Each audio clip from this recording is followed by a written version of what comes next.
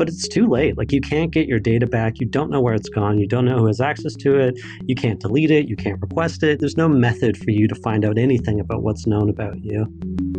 Hello, everyone, and welcome to Caveat, the CyberWire's Law and Policy podcast. I'm Dave Bittner, and joining me is my co-host, Ben Yellen, from the University of Maryland Center for Health and Homeland Security. Hello, Ben. Hi, Dave. On this week's show, I have a story about our own state of Maryland trying to crack down on ransomware. Ben shares a New York Times story about facial recognition software. And later in the show, my conversation with Stuart Thompson, also from the New York Times. We're going to be discussing his recent article, 12 Million Phones, One Dataset, Zero Privacy. While this show covers legal topics and Ben is a lawyer, the views expressed do not constitute legal advice. For official legal advice on any of the topics we cover, please contact your attorney. We'll be back after a word from our sponsors. And now a few words from our sponsors at KnowBe4. You know, compliance isn't the same thing as security, right? How many times have we all heard that? And it's true, too. Having checked the legal and regulatory boxes won't necessarily keep the bad actors out.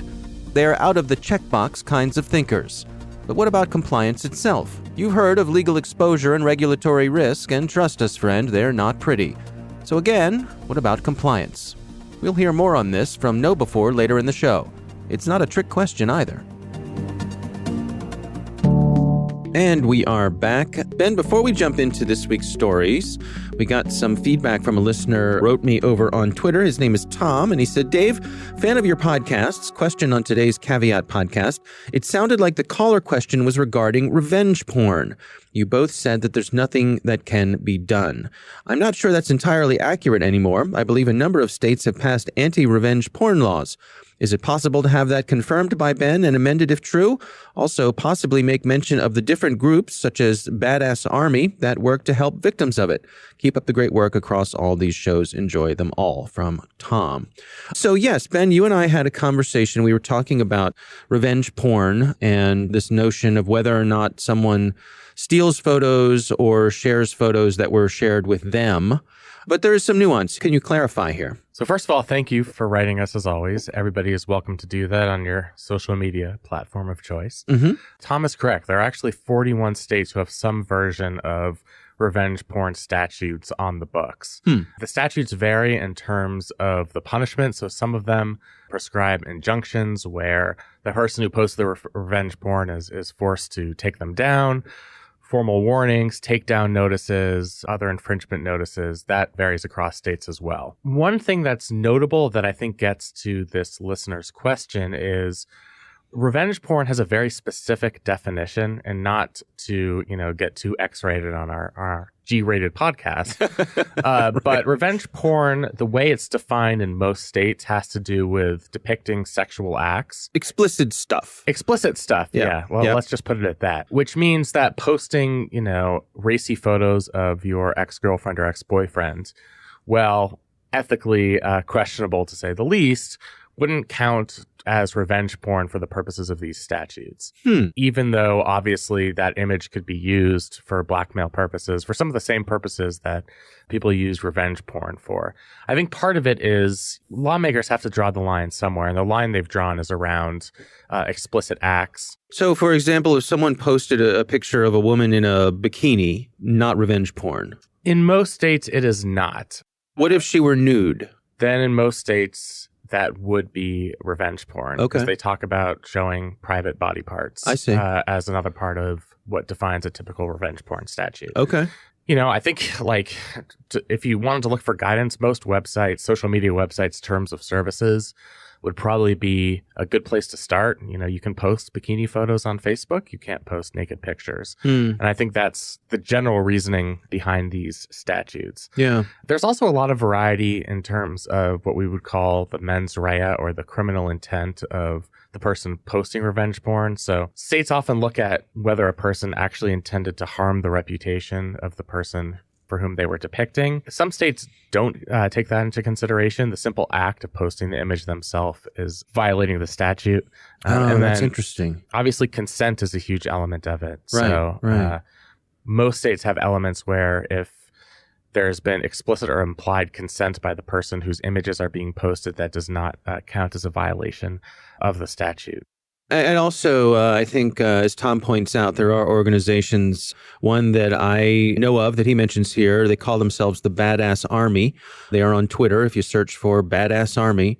And they help people who've been victims of this sort of thing, help guide them through what their options are, provide support. But from everything I've seen, a good organization out there doing good work to try to help people who find themselves victims of this sort of thing. Yeah. Whether it violates the law or not, when you are a victim of any type of online harassment like this, and that's what this is harassment. Yeah. It's good to know that there are resources out there. Yeah.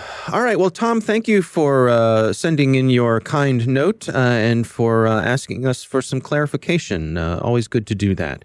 Let's move on to our stories. I'll kick things off for us this week. My story comes from Delmarva Now, which is a publication that covers the Maryland, Delaware, Virginia area. And this is about Maryland legislators who are introducing a ransomware bill that's going to tighten down the rules when it comes to ransomware, increase some penalties, just sort of try to bring this into focus. This was written by Wesley Brown from Capitol News Service. So we've got some Maryland legislators. Senator Susan Lee, a Democrat from Montgomery County, sponsored the bill. And it sounds to me like what they're doing here is just trying to put the word out to criminals that even just possession of ransomware would be a crime in the state of Maryland. So this would be a radical change in the law around ransomware in Maryland. The way the current statute works is only illegal to actually use ransomware. This statute, if enacted, would criminalize the simple possession of ransomware unless the person possessed it for research purposes. So if you were in an academic setting and you were trying to study different types of ransomware, that would not be a violation of the statute. But as we do in other areas of the law, oftentimes we criminalize the possession of something because the threat that the person will use whatever that thing is particularly dangerous. That's why we prohibit in many instances the possession of certain types of firearms, even if a person does not use the firearm. So we're criminalizing somebody for simply possessing what can be very dangerous. And Maryland has experience, obviously, in dealing with the dangers of ransomware. Right. Most famously, Baltimore City was the victim of a ransomware attack back in May of last year. Crippled city systems for several months. Took me a while to get my water bills. It was not fun to get a bill 3 months later for $300. So obviously this is a very serious problem. Yeah. And the key with this piece of legislation, and I think this is something that Senator Lee would agree to, is it's a deterrent. You want to make it as undesirable as possible for people who are even considering possessing ransomware to realize that their actions would violate this law and they would be subject to pretty significant penalties. I think the statute calls for something like a $10,000 fine or 5 years in prison as a maximum penalty. So it's a misdemeanor, but it's a serious misdemeanor. Yeah. So we are creating this deterrent effect. A couple things noteworthy here. One, just a shout out to one of your colleagues and certainly friend of the Cyberwire, Marcus Roschecker. He testified on this bill. He sure did. Yeah, he is a friend of the show, also a fellow employee at the Center for Health and Homeland Security. Marcus testified on this last year. The bill was not enacted in the 2019 legislative session. It was all Marcus's fault. No, just kidding, Marcus. So we're back here in 2020. They have made some changes to the bill to make it more palatable. And from what I heard from Marcus, the hearing went very well. And there seems to be broad, increasing support for this type of legislation, largely because not only Baltimore City, but also the smaller city of Salisbury, Maryland, also suffered a ransomware attack. So there's just more of an awareness for how much of a danger it is to our localities. And this is a proactive measure for there to be a deterrent. Another thing worth noting, I don't know if you were going to mention this, is that a couple of other states, and this is what Marcus mentioned in his testimony, Michigan and Wyoming have experimented with this approach. The approach is so new that we don't actually have any quantitative research on whether this is an effective deterrent to cyber attacks. That remains to be seen. Well, let me play devil's advocate on that. A Maryland law would affect citizens of Maryland, right? Do we think that the people who attacked the city of Baltimore were Marylanders? I don't. Probably not. What I'm getting at is how much of this ransomware is even coming from within the United States? So I agree with your devil's advocate's take. That's what lawyers do. They always play devil's advocate.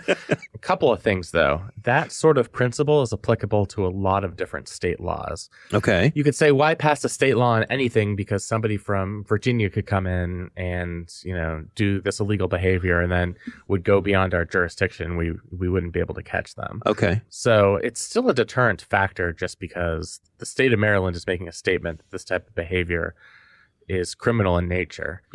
So it's sometimes just simply stating that the possession of something is criminal itself acts as a deterrent. That ne'er-do-well who's thinking about their bank account is almost empty and weighing their options and saying, I have some computer skills. Maybe I'll just spray out some ransomware here. They may see this and think twice. Absolutely. Yeah, I mean, it's the deterrent effect, I think, is something that, we use for all criminal statutes, even in instances where the perpetrators are beyond our jurisdiction. I think the state of Maryland is just doing what it can. In the absence of federal law that criminalizes ransomware, in the absence of some sort of, international law, we can only control what happens within our own borders. And so this is a start. And it's also beyond, the tangible effects of the statute. And I don't think I have an estimate of how many people per year or whatever would be prosecuted. It's about the intangible, which is sending a message that possession of ransomware, even if it is not used in and of itself, is both wrong and potentially dangerous. So stay in school, kids. Stay in school, kids. There are better ways to make money. Right. Betting on sports. No, just kidding. Don't possess your ransomware. Yes, absolutely. All right. Well, that is my story. Ben, what do you have for us this week? So my story comes from the New York Times. It got a lot of play over the weekend, written by Kashmir Hill. It's entitled The Secretive Company That Might End Privacy as We Know It. It's about a company called Clearview AI, started by a gentleman named Juan Tan Tat, 31-year-old Australian. The way this application works that he created is you can take photos of anybody on the street, and using this technology's facial recognition software, it can match that person's photo to publicly available information. So if that person has posted social media pictures, or if that person is featured in a YouTube video, if their photo is anywhere on the internet, it can be matched to the photo taken on the street.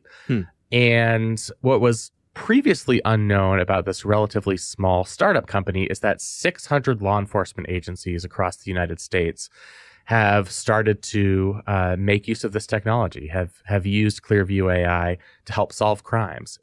As you can guess, it's an incredibly effective crime fighting tool. Right. They mentioned an instance, I believe it was in South Carolina, where two individuals got into a fight in a park.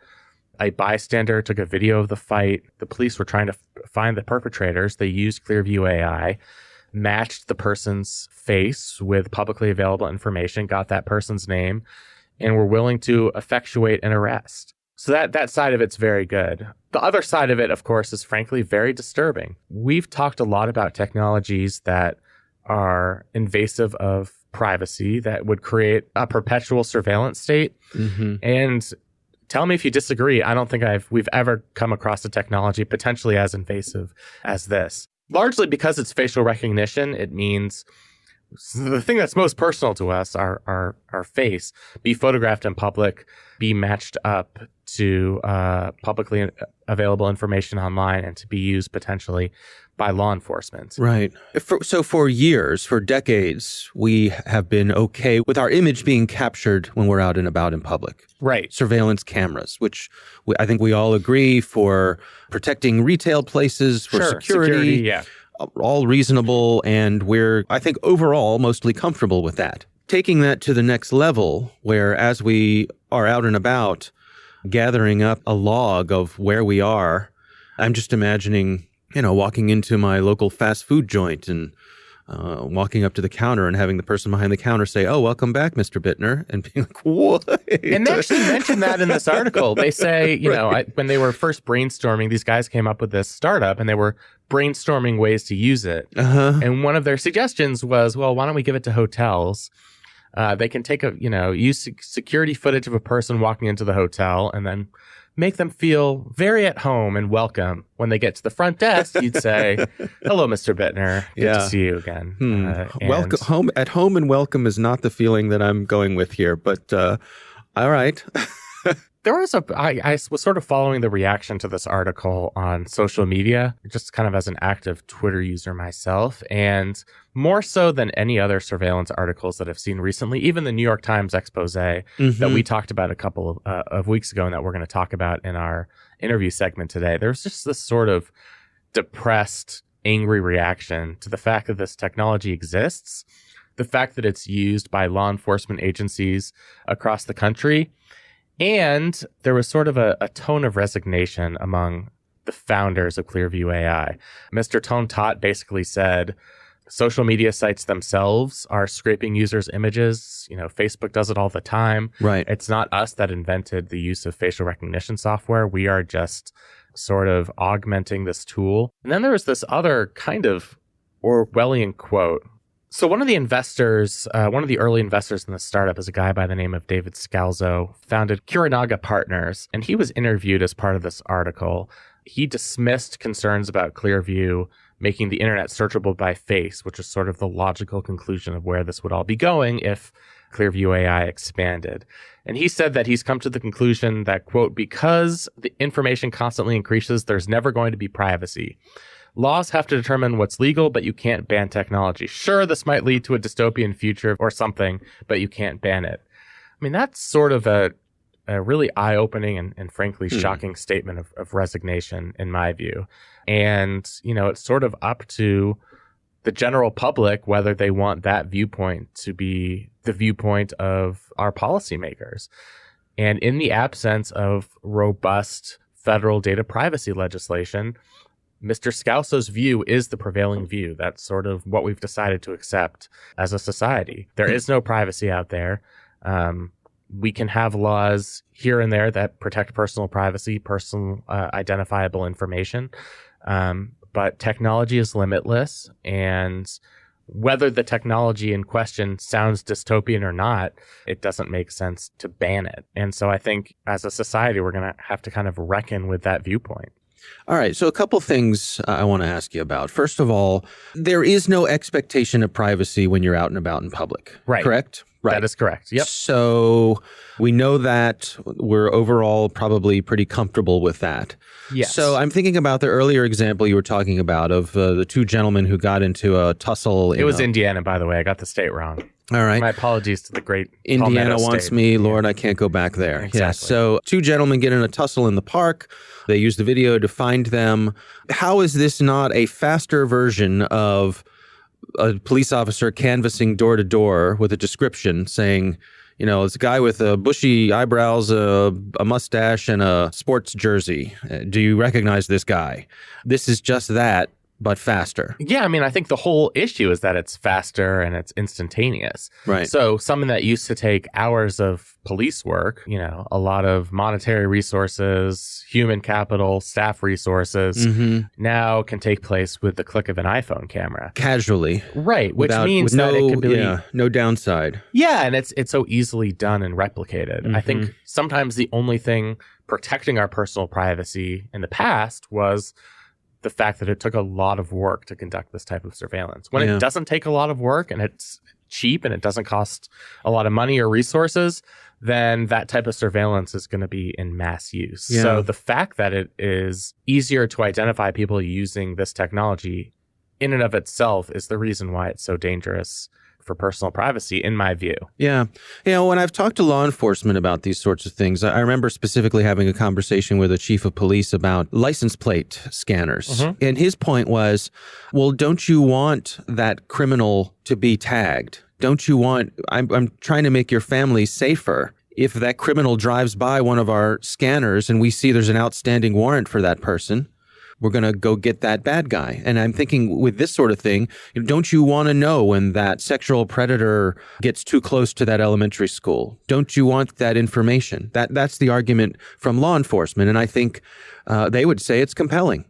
It is compelling. I absolutely agree with it. One thing they mentioned in this article, and this was actually gleaned from Clearview's sales presentation, is that the app has helped identify some really bad people. Somebody accused of sexually abusing a child. That person appeared in the mirror of somebody else's gym photo, which is almost a stroke of luck. It's like out of a TV show. It is. Zoom in, enhance. Exactly. It's a Law and Order episode waiting to happen.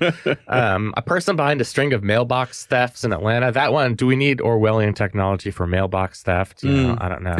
But for something more serious, a John Doe found dead on an Alabama sidewalk. Absolutely, from law enforcement's perspective, any tool they can have to help solve and prosecute crimes is useful not only for law enforcement, but for the rest of us. Okay, so in your view, what's the balance we could strike with this? I mean, that's the billion-dollar question. I think, and I know we've talked about this before, the legal protections and personal privacy protections need to be made robust in order to catch up with the technology.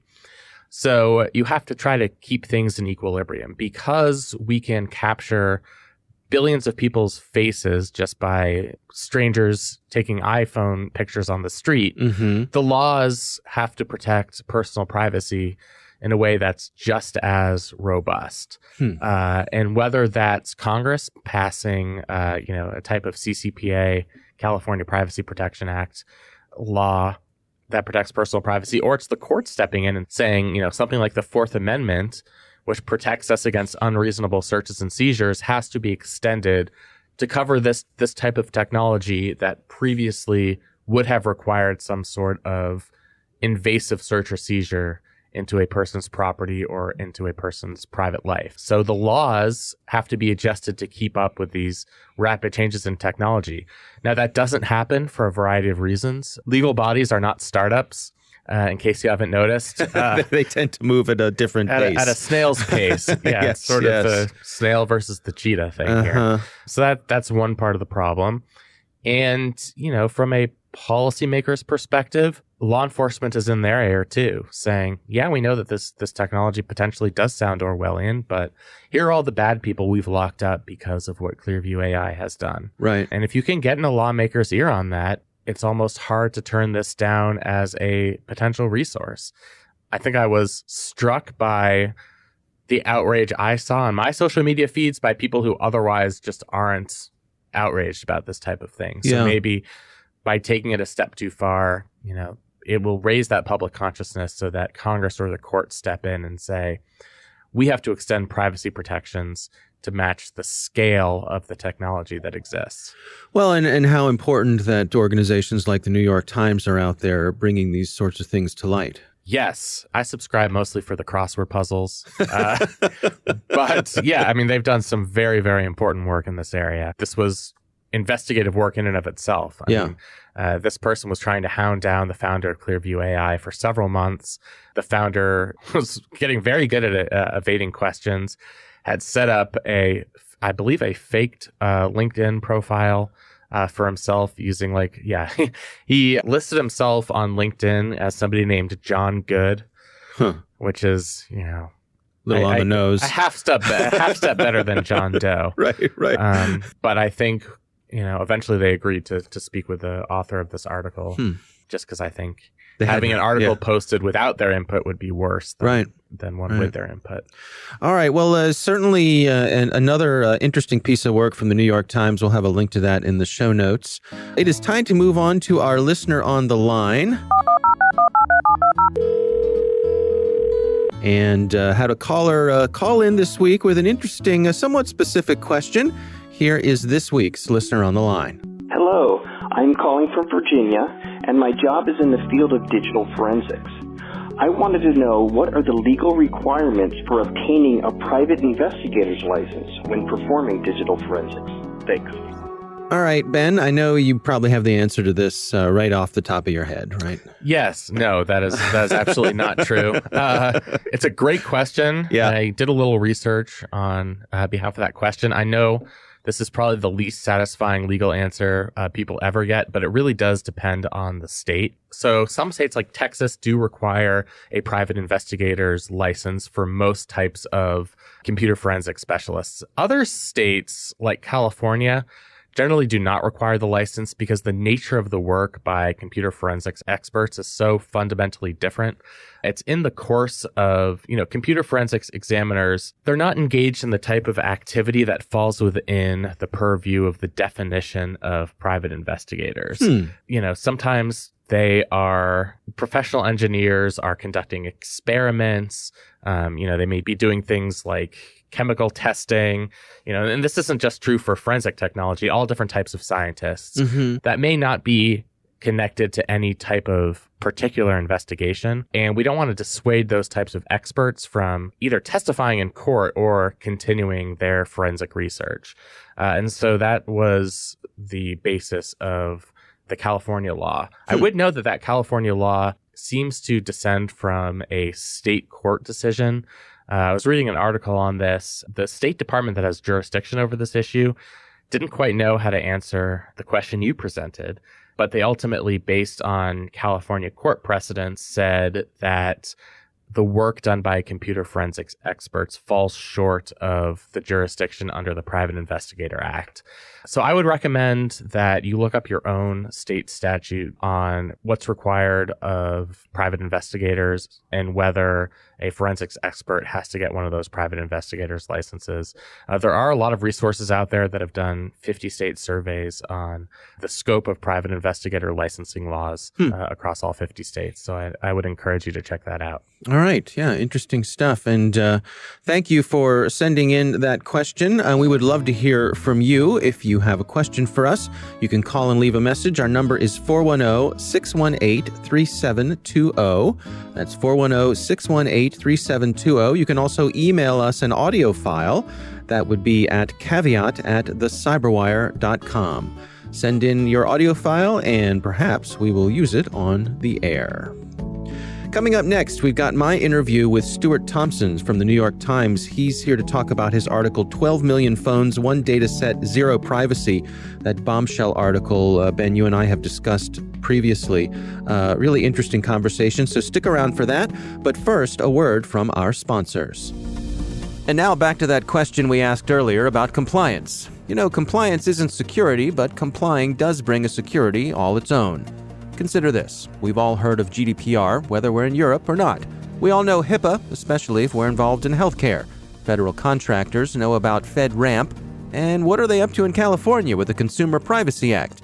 You may not be interested in Sacramento, but Sacramento is interested in you. It's a lot to keep track of, no matter how small or how large your organization is. And if you run afoul of the wrong requirement, well, it's not pretty. Regulatory risk can be like being gobbled to pieces by wolves or nibbled to death by ducks. Neither is a good way to go. KnowBefore's KCM platform has a compliance module that addresses in a nicely automated way the many requirements every organization has to address.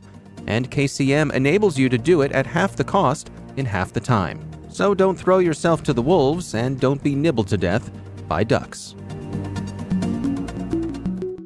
And we are back. Ben, I recently spoke with Stuart Thompson. He is one of the co-authors of the New York Times article, 12 Million Phones, One Dataset, Zero Privacy.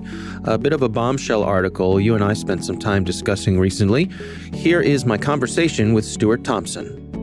Source came to us after reading some of the Privacy Project work that we've been doing this year, basically shining a spotlight on privacy and technology, sort of again after, that's been a topic for a while, but we've come back to it. And, they had access to this data and were concerned with what they saw and wanted someone to shed light on it and really give a sense of the volume and scale of the collection that's going on. And this is, mobile phone locations and sort of tracking where you go and what you do in your life. And it's not really treated as a serious or concerning thing in the industry. And the sources were concerned and wanted somebody to argue for change. And that's what we tried to do. What can you tell us about the data set itself? I know your source wanted to remain anonymous, so of course we'll respect that. But the data set itself, how unusual is it among the people who trade in this sort of thing?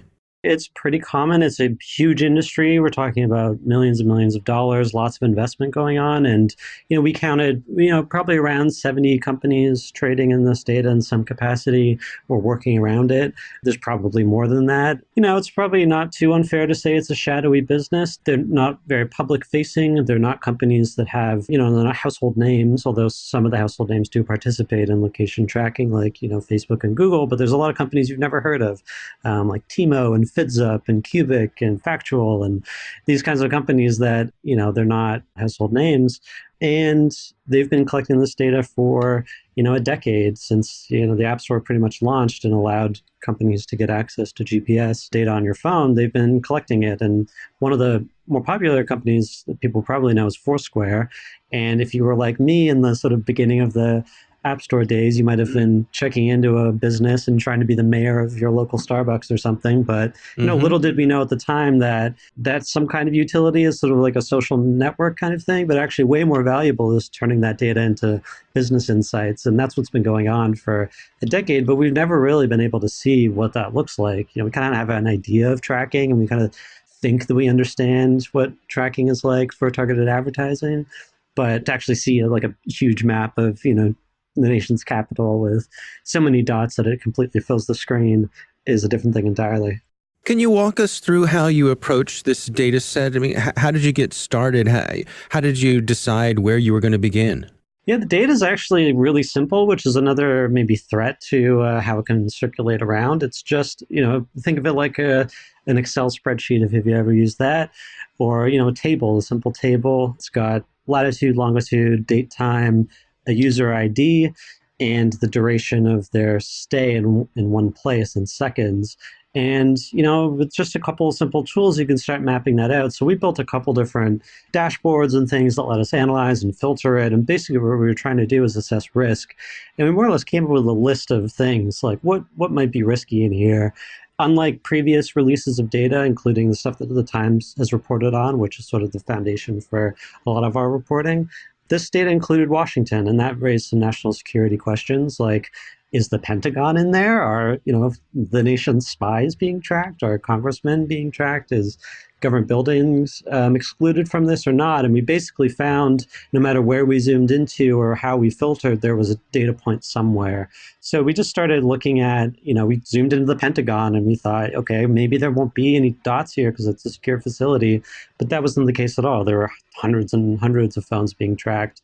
The one exception was maybe the CIA building, which had no pings inside of it, but it didn't really matter because there were pings in the parking lot and that led back to people's homes and sort of gave clues to the IDs. So that's what we used instead. Help me understand here. Once you have established who an ID is associated with, is that really the key to being able to track an individual? Yeah, so the data includes an ID, and if you look at any individual point, that's not that useful. Like a point in a house, might give you something. But if you can't connect that to a bunch of other points, then it doesn't give you very much. But that's useful for marketers to know where individual people go. So they attach an ID to it.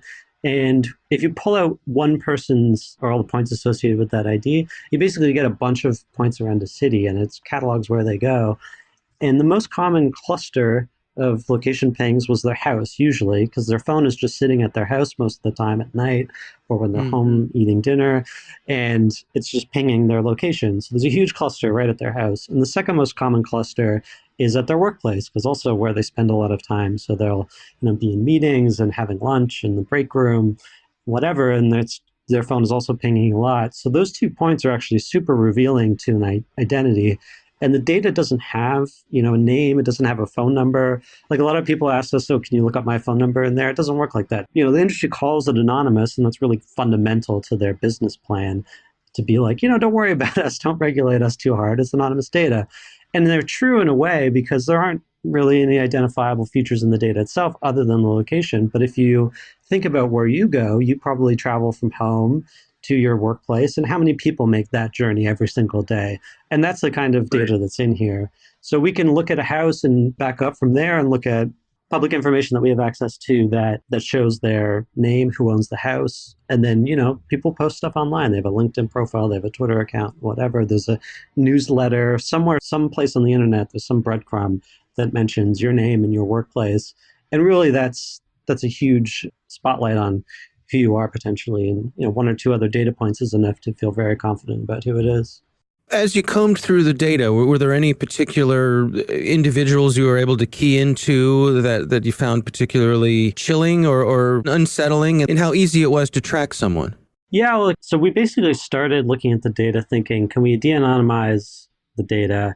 And you're looking at basically just a bunch of points, like just a bunch of, dots on a map. It's not really too scary, but the first time I was successful in tying a dot to a person by looking at a house and a workplace and a couple other places the person went to confirm who they were, it was really scary. It was freaky. Like, I got goosebumps. I sat back on my chair, took a deep breath. I think I went for a walk. It turned the data from something that's just a spreadsheet and a bunch of points on a map to like someone's diary. It felt like pretty invasive at that moment to turn something that's, innocuous and sold and traded for profit to, something very revealing about someone's life.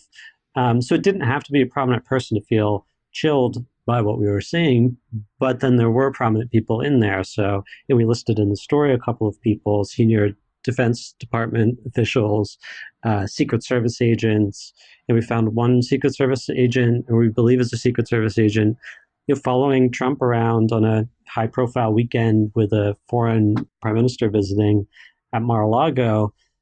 And you see the path in the story, and it's like, whoa, that's pretty crazy. But you have to think we started out being like, maybe this is fully airtight. Maybe there's no tracking at all of people within a literal arm's reach of the president. But that's not the case. Everyone was sort of involved in this. Now, the people who are buying and selling these data sets, how restrictive are they in terms of who they will sell to? If I went to one of these companies and I said, hey, I want to buy a bunch of this data, how hard would it be for me to get my hands on it? It's a great question, and we can only sort of speculate based on what companies say. We talked to some sort of insiders, former employees, and so on. But the truth is there's nothing legally stopping them from selling to anybody. So you can imagine, and this former CEO of Foursquare says he was turning down $1 million deals to sell batches of data. Now, that's easy for Foursquare to do because they have a big business doing other kinds of analysis. But if you're a startup, a small company with 12 people, you have an incentive to make some money, and there's nothing legally stopping you from selling this. And we had former employee of one of the companies tell us, contracts like this go for millions of dollars. So, yeah, the companies say they work with trusted businesses. They have a vetting process that includes, references. You have to have a plausible business case. Those are the kinds of parameters that companies tell us about. But the truth is, there's no way to really say that that's all that happens. Of course, companies, want to say that, and it's hard to evaluate because there's no obligation for them to report who they sell to. Companies won't tell you where they get data from or where it goes. And we can piece it together by looking at some of the big players that, analyze the data and, boast about the analysis they're able to do. But it's a black box in a real way. What's the reaction been to the story? I'm thinking specifically, have you heard anything from anyone, say, on Capitol Hill? So Congress seems extremely distracted right now. That's a fair point, yes. So we haven't seen, a bunch of hearings triggered right away, but I think there's definitely a number of senators who are interested in privacy and have put forward their own privacy bills. And, this kind of thing, I think, adds to the sense of unease that people have. And when privacy returns to the forefront, we expect some sort of federal privacy bill definitely within the next couple of years. I hope this year, but it's an election year, so you never know. But there's definitely going to be a federal privacy law coming, and this kind of exposure is really important for people to understand the scale of what's going on in an industry that pretty much operates invisibly, like in the background of your phone. How has this changed your attitude to this sort of thing? Do you have a different perspective, having been through the work that you've done here on how you interact with your own mobile devices? Oh yeah, I'm a nut now. I'm totally freaked out. My editor was joking that I was going to file this story by carrier pigeon because I would be living in the woods somewhere. But yeah, when you see it, and I started off the privacy project when they first told me like, oh, we're going to do a series on privacy. I was like, okay, I remember writing about privacy like a decade ago. And I was like, I don't know if I really care. And maybe if you consent, they give you a screen and you consent to it. So what's the problem? I think like it's a little bit like we're all brainwashed a little bit to think that like the status quo is the right kind of the only way it can work. And when you start like when I started looking at this data, I felt really sort of trapped. Like I couldn't escape the industry if I wanted to. And a lot of people, they don't want to right now. But, maybe after seeing the story or maybe after seeing some more stuff, they might feel like they don't want to participate. But it's too late. Like you can't get your data back. You don't know where it's gone. You don't know who has access to it. You can't delete it. You can't request it. There's no method for you to find out anything about what's known about you. And, you might change your mind down the road if you don't care, like I did. I used to use Foursquare. I used to think location services were a cool thing on a phone. It's like, what a cool way, what a cool, like, additional piece of technology we have access to now, where you can, like, monitor your life, but it's extremely valuable to businesses, and there's no oversight. There are very few legal limitations on what they can do with it. So yeah, I'm totally freaked out. I turn off my location services at all times. My phone for anyone wants it, and yeah, I mean it's scary, but I know a lot of people don't do that, and they're not totally equipped to deal with it. The other thing I'll say is like we published our story, which did great and got a lot of attention. But the second most read piece in the whole series wasn't our expose on the national security threats. It was how to protect your phone. It was like the 3 steps to protect your phone. And people want to know that stuff. And I think it's the responsibility of the companies like Apple and Google to make that much easier to adjust, because it's, we need to publish an article that gives you 3 complicated steps with a bunch of videos to protect your phone, and when it should be much easier than that. What are your thoughts on potential mitigations for this sort of thing? Is this something where we should see regulations or legislation? Do you have any insights there?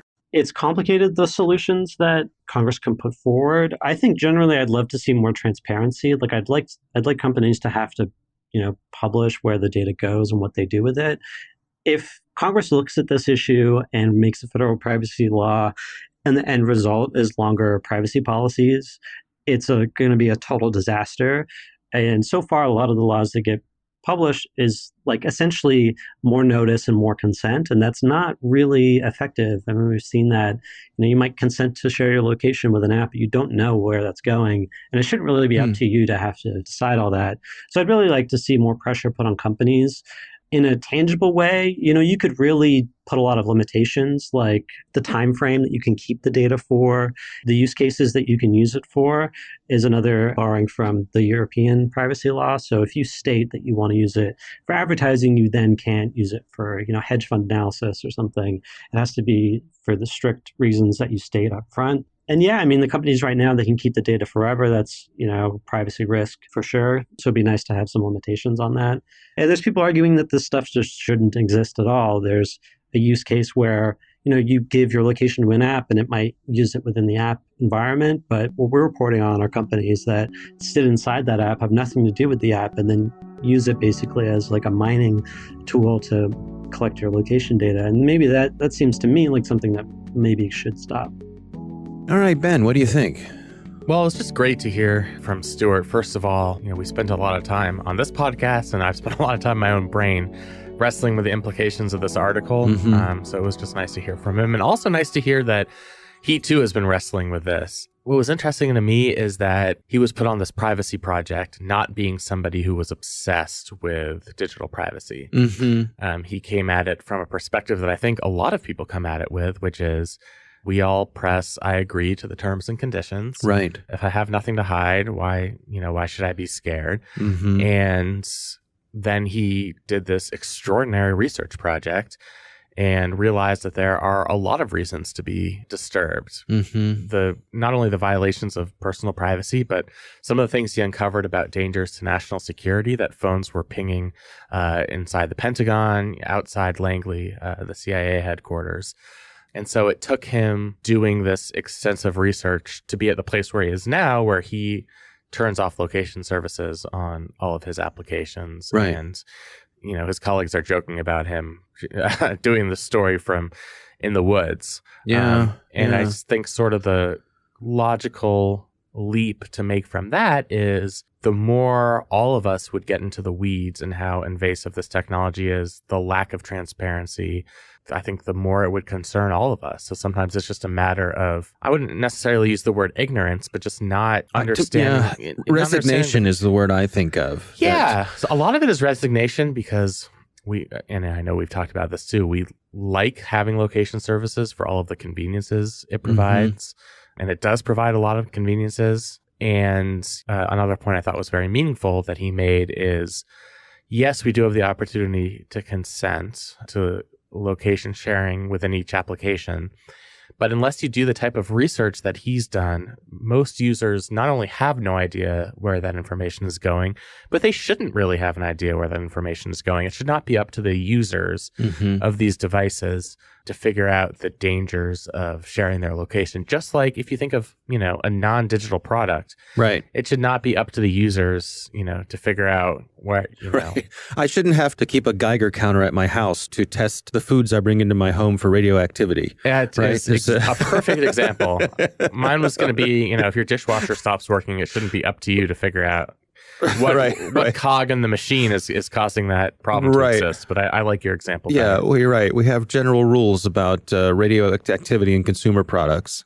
We agree that's a bad thing. Exactly. And so this would just be another type of consumer protection. He shares my skepticism that Congress is going to act quickly on this, even though there's some interest. But I think the place he wants to start, which is laws around transparency, just so that people, if they choose to be aware of where their information is going, have the option to be aware. They may not choose to be aware, but at least giving them that option. All right. Well, our thanks to Stuart Thompson for agreeing to speak with us. Certainly an interesting conversation, in my estimation, an important one as well. So we want to thank him for taking the time. And of course, we want to thank all of you for listening. And we want to thank this week's sponsor, KnowBe4. If you go to kb4.com/KCM, you can check out their innovative GRC platform. That's kb4.com/KCM. You can request a demo and see how you can get audits done at half the cost in half the time. Our thanks to the University of Maryland Center for Health and Homeland Security for their participation. You can learn more at mdchhs.com. The Caveat podcast is proudly produced in Maryland at the startup studios of Data Tribe, where they're co-building the next generation of cybersecurity teams and technologies. Our coordinating producers are Kelsey Bond and Jennifer Iben. Our executive editor is Peter Kilpie. I'm Dave Bittner. And I'm Ben Yellen. Thanks for listening.